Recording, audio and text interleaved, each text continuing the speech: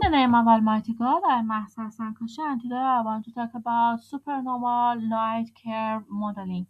The fitting result presented in Figure 4 suggests that the traditional radioactive model can provide a plausible explanation for SN2026 GZF, but a high nickel to ejecta mass ratio and extreme nickel 56 mixing are required, which somewhat reduces the feasibility of the model. Therefore, here we try to model the supernova in alternative scenarios, in particular by invoking other energy sources, as usual suggested for unusual supernova phenomena. A powerful central engine, for example a millisecond Magnetar, could be formed in SN 2026 GZF, injecting energy into the supernova ejected during its spin down. In our calculations as well for the radioactive model, the monochromatic luminosity in different filters are obtained by considering blackbody spectra for the supernova emission. However, for short wavelength emission, for example, Mephisto U, Nu, Mephisto U, and Mephisto and U, an additional phenomenological suppression factor such as FAUV or ultraviolet is equal to the brackets minimum 1 London rest divided by 4500 to the power of 3 is invoked to match the observational data where lambda rest is the rest frame wavelength of each filter. The fitting results with the Magnetar engine are shown in extended data figure 7 as shown. The shallow increase of SN 2026 GZF has been well explained because the 2 to the power of minus 2 behavior of the energy released from the magnetar naturally determines the logarithmic increase. Moreover, the infrared parameter values are also consistent with previous work for the other SN S nickel ICBL in the magnetar engine model. Nevertheless, in order to account for the tail of the supernova emission, 0.26 of nickel 56 is still required. In addition, owing to the potential complicated CSM environment, one may suggest that SN2026 GZF is powered by an interaction of the supernova ejecta with the CSM. However, this model inevitably requires the presence of highly optically thick CSM shell, which would determine a large optical depth for soft X-rays due to photoionization or electron scattering, and thus can in principle obscure the previous SPO X-ray emission. In principle, the potential anisotropy of the supernova explosion could still help circumvent this difficulty. The more serious challenge to the CSM interaction model is that it is actually difficult for the nearly static CSM to generate sufficiently Browdy lines to match the spectral observations of SN 2026 GZF. The optical data at less than 10 to the power of 4 always exceed the supernova early emission, regardless of the power scenario. The empirical blackbody fit of the early data gives the blackbody radius about 5 multiplied by 10 to the power of 14 centimeter. This makes it difficult to explain which supernova emission as well as the cooling of the SPO, no matter which energy mechanism is invoked. Alternatively, this early optical bump is likely to arise from another emission region, which is of a trans-relativistic velocity. Here it tentatively described the early optical emission by using an evolving blackbody on component parameterized as TABB is equal to T0 T to the power divided by T reference to the power of minus alpha T, when the UAT is equal to tau that's is equal to U0 T divided by T reference to the power of minus alpha U, where the dynamical time t is defined to relate to the observer's time t by t is equal to t divided by 1 plus z multiplied by 1 minus beta plus 1 minus beta ejection divided by 1 minus beta multiplied by RSPO divided by nu ejection. The base fit as presented by the dashed line in the extended data figure 7 gives u0 is equal to 0.89, alpha u is equal equal to 0.14, T0 is equal to 1.83 multiplied by 10 to the power of 4 Kelvin, and alpha T is equal to 0.61. For T reference is equal to 10 to the power of force corresponding to beta is equal to 0.67, and tau is equal to 1.34 at T reference is equal to 10 to the power of 4 second.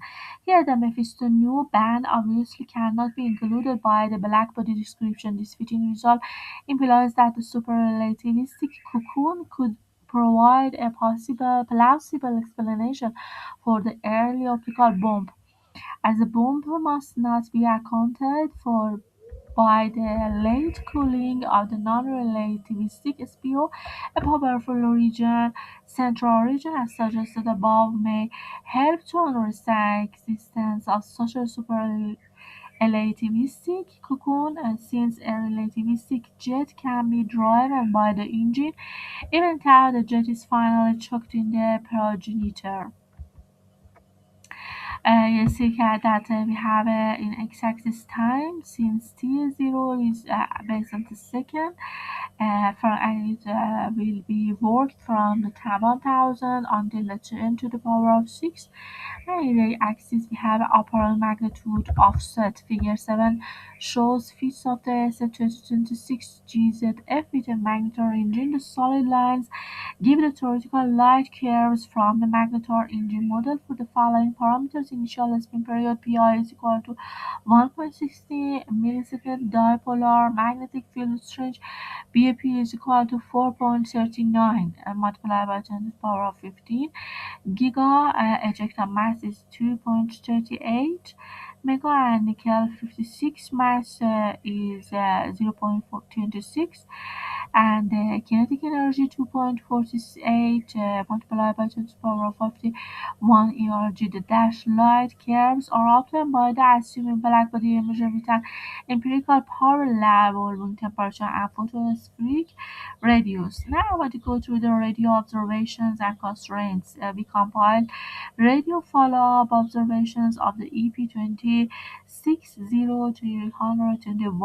ASN 2026 GZF from our collaboration and public GCN circulars, as summarized in extended data table. 5 times are measured relative to the WXC on set T0 is equal to 2026 the March 21st, and time is 12:16 based on the UTC time. For observations which report a time range, the listed epoch is the midpoint of the interval. The observations cover 0.7 up to 23 gigahertz from the 5.1 to 31.1 D after T0. No secure radio counterpart is detected. Upper limits were measured from the local root mean square RMS as the optical position of the SN2026 GZF in the final image. The meerkat observations at 1.28 and 3 gigahertz were reduced with the Oxcat pipeline, while ATCA observations were calibrated and imaged with standard CASA procedures. The UGMRT band 5 public non-detection was reduced with the SPAN pipeline as reported in GCN 44227, and the reference is reference 91. Merlin 5 GHz C-band observations reduced in CASA, which the Merlin pipeline also yielded non-detections at T absolute is equal to 13.489 and 30.989 D, which RMS or root mean square values of 22 and 12 microjoule Y per beam, and corresponding 5 sigma limits of less than 110 and less than 60 microjoule Y per beam respectively. Public VLA and ATCA constraints are included from GCN circulars. A low significance VLA feature reported at about 13.60 is not considered a reliable counterpart after subsequent follow-up reinspection revealing no significant variability. These limits are presented in extended data figure 8 can provide a useful constraint and on the radio emission arising from the interactions of supernova ejecta and in particular relativistic jets with CSM. We further examine the radio constraints by comparing two representative external shock processes which arise from the propagation of supernova ejecta or a GRB-like relativistic jet into a wind-like CSM. In both scenarios, the density profile of the wind-like CSM is assumed to be rho is equal to r to the power of minus 2 with a normalization ISI is equal to r divided by 5 multiplied by 10 to the power of 11 g per centimeter, where R size 1 approximately corresponds to m is equal to 10 to the power of minus 9 my to per r. For new W is equal to 1000 kilometer per second, specifically for the supernova radio emission, we vary the ejection velocity over bed. So ejection is equal to new ejection divided by c belongs to 0.03 up to 0.08 together with the microphysical parameters. Logarithmic epsilon is belongs to the minus 1.75 up to the minus 0.25 and the logarithmic epsilon b belongs to the minus 2 up to the minus 1 for the jet. After Galileo emission, we scan the initial Lorentz factor tau 0 belongs to the 10 up to 300. The isotropic equivalent kinetic energy logarithmic energy entropy per ERG belongs to the 51 up to the 53. Logarithmic epsilon E belongs to the minus 1.25 up to the minus 0.25 and logarithmic epsilon B belongs to minus 4 up to the minus 0.5. For each scenario, 10 to the power of 4 parameter combinations were sampled. The shaded regions in extended data figure 8 show the 1 epsilon range of the predicted flux density at each time of frequency of the observation, while the solid and dashed curves denote the representative curves. To the specific, the representative parameter values are taken as tau 0 is equal to 100 or energy is tropic is equal to 10 to the power of 52 ERG, epsilon E is equal to 0.1, epsilon B is equal to 0.01 for the jet external shock, which are broadly consistent with GRB after Gala observations, while for the supernova external shock, we adopted Petzold ejection is equal to 0.1 and epsilon E is equal to 0.1, epsilon B is equal to 0.1 based on the reference 23, 98, 99. The observed radio power limits are consistent with the low fluxes expected from the ejector CSM interaction. In contrast, the standard energetic GRB like after Galau in a comparable wind environment would generally produce substantially brighter radio emission and can exceed their observational limits or broad region of the scan parameter space.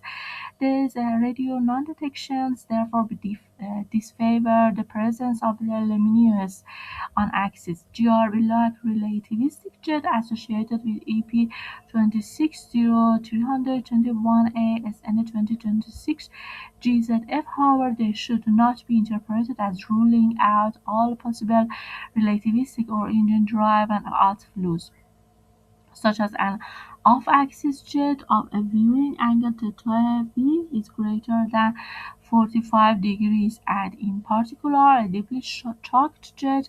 As a result, a weak super-relativistic cocoon could appear in the line of the sight, which contributes to radio emission of flux of Fa nu is equal to 1.8 multiplied by 10 to the power minus 5 m joule by Betsa divided by 0.6 to the power of 31 divided by 4 T absolute per 10 days to the power of 3 and nu divided by 10 gigahertz.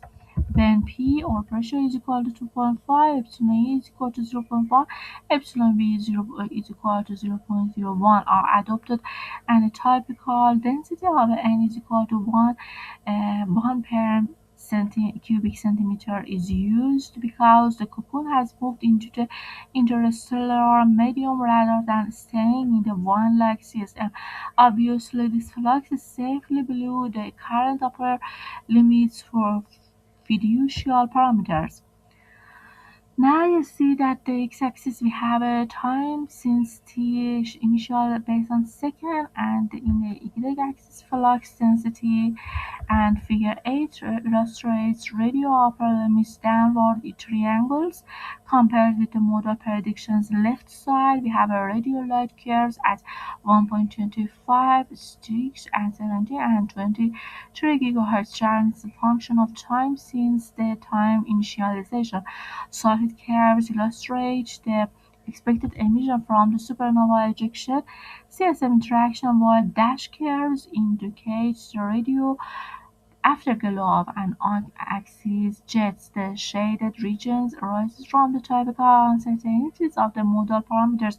Right section we have a theoretical radio spectra at representative observing epochs of 5.76, 9.15, 22.6, and 31.1 days. Now I want to go through the event rate density. We estimate the local event rate density of X-ray shock breakout rho 0 SPO from the single detection of the EP260-221A in the systematic WXT survey using the V maximum method as implemented for systematic study of high energy transients. For EP or NH time probability 26 0.0221A at Z is equal to 0.034 luminosity distance. DL is equal to 150 MPC. We compute the maximum volume within which the source would have been detectable given its luminosity, light care, and the WXT's sensitivity limit. The field of view of WXT or WXC is 3,600 square degrees.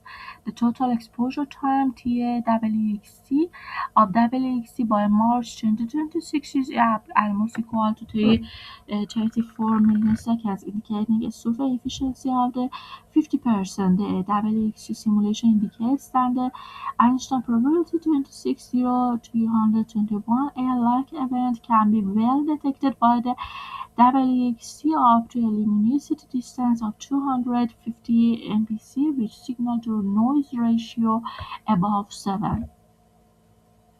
We obtain an effective volume time. M is equal to Vmax multiplied by T. WXC is equal to 0.006 GPC to the power of 3 degree R, where Vmax is the monitor maximum volume weighted by the density evolution and time deviation. Via maximum is equal to the integral lower boundary is 0, upper boundary is z max omega WXC divided by 4p multiplied by FZ divided by 1 plus z multiplied by derivative of V z based on z dz. The coming volume is given by the derivative WZ based on the z is equal to C divided by H0 and multiplied by 4p dlz to the power of 2 divided by 1 plus z to the power of 2 omega m multiplied by 1 plus z to the power of 3 plus omega v to the power of 1 divided by 2, where dlz is the luminosity distance at the corresponding redshift z. The fz factor is model dependent. By assuming the core collapse supernova traces star formation history, we adopt the analytical formula from reference 104. Fz is equal to 1 plus z to the power of 3.4 n plus 1 plus z divided by 5000 to the power of minus 0.3 n plus 1 plus z divided by 9 to the power of minus 3 point n to the power of 1 divided by n, where n is equal to minus 10 which is single event detected by WXT. The event rate density of X-ray shock breakout is rho 0 SPO is greater than 1 divided by m is equal to 170 GPC to the power of minus 3 r to the power of minus 1. The R represents the 1 sigma uncertainty which is calculated from a small sample statistics. This value should be regarded as a lower limit on the event rate density owing to the incompleteness of the identification and classification of Einstein probability transients, possibly due to the lack of the timely follow-up observations of some Einstein probability transients from comparison following the estimate of XR0801009 and extending the sweep's operation time to date. We estimate the event rate density from the serendipitous detection of XRO080109 to be 1.0 multiplied by 10 to the power of 4. The systematic dynamics survey yields a lower rate density from Einstein probability 260 to 221A, yet with an order of magnitude higher luminosity. Both estimates are based on single events and thus remain sensitive to pulsar fluctuations at the higher luminosity of Einstein probability 260 to 321A compared to the XRO 0801009 together with their different rate densities also implies a luminosity-dependent evolution of the SPO rate. To explore this possibility, we make use of Einstein probability 260 to 321A together with XRO 0801009 and XRFO 218 to prove the X-ray SPO luminosity function following the method in references 100 to 130. Luminosity function phi is defined as the event rate density per logarithmic luminosity interval in units of GPC to the power of minus 3 greater to R to the power of minus 1 dx EX to the power of minus 1. A beam height of the logarithmic L is equal to 1 dx is adopted in the calculation, assuming a power law for the luminosity function. These theory sources are described by a single power law distribution with a slope of 1.3 positive negative 0.41 sigma, as shown in the right panel of figure 3. So you are watching the total references that was written. This part of the real literature from that, and you see the rest is the appendixes related to the tables, affiliations, and etc. So thank you so much for watching my tutorial video until the end. Today is the 25th of the June 2026. The time is 6:36, and if there is any simulation for this physics literature, you can find it from my github.com/masterscript, github.com/koshi script, or /safari script.